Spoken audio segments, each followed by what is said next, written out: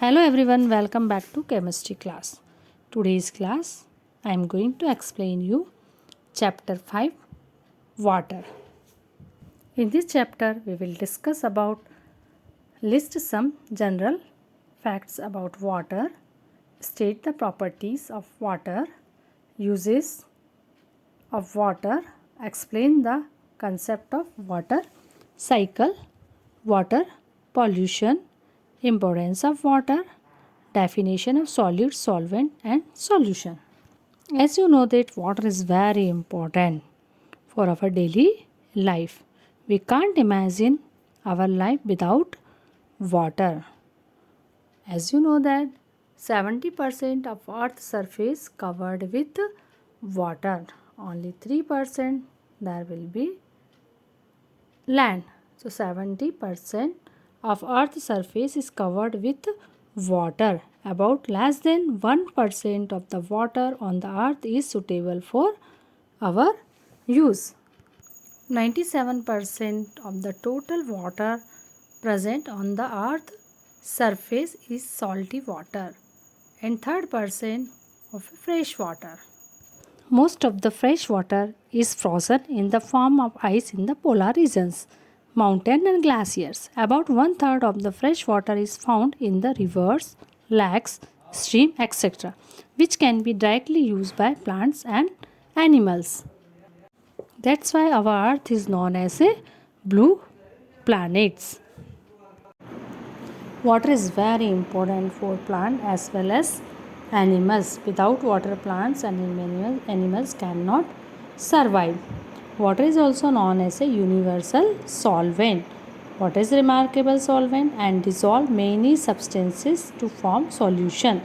Therefore, it is called the universal solvent. Most water sources contain dissolved solids. Tap water is free from germs and suspended impurities. It contains dissolved solids.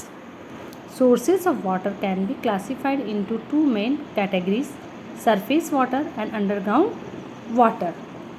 Surface water. Surface water is any source of water that flows over, is stored on the surface of the earth. That water is called surface water. Rainwater is the purest form of natural water since it is formed by the condensation of water vapor. Water bodies on the surface of the earth. Water gets stored in water bodies such as rivers, lake, stream, reservoir, the sea and the ocean. The water is the sea and ocean contain large amount of dissolved salt and therefore cannot be used directly for drinking or irrigation purpose. Next, underground water. Rainwater and the water is water bodies seeps into the ground to collect above the non-porous rocks as a underground water, or it is also known as a groundwater.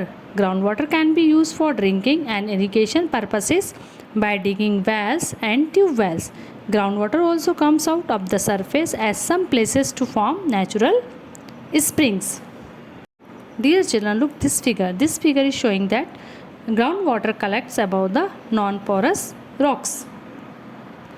Now is the time for recapitulation. In this video we have completed introduction about water, importance of water in everyday life, sources of water, surface water, rainwater and water bodies, underground water, and water the universal solvent.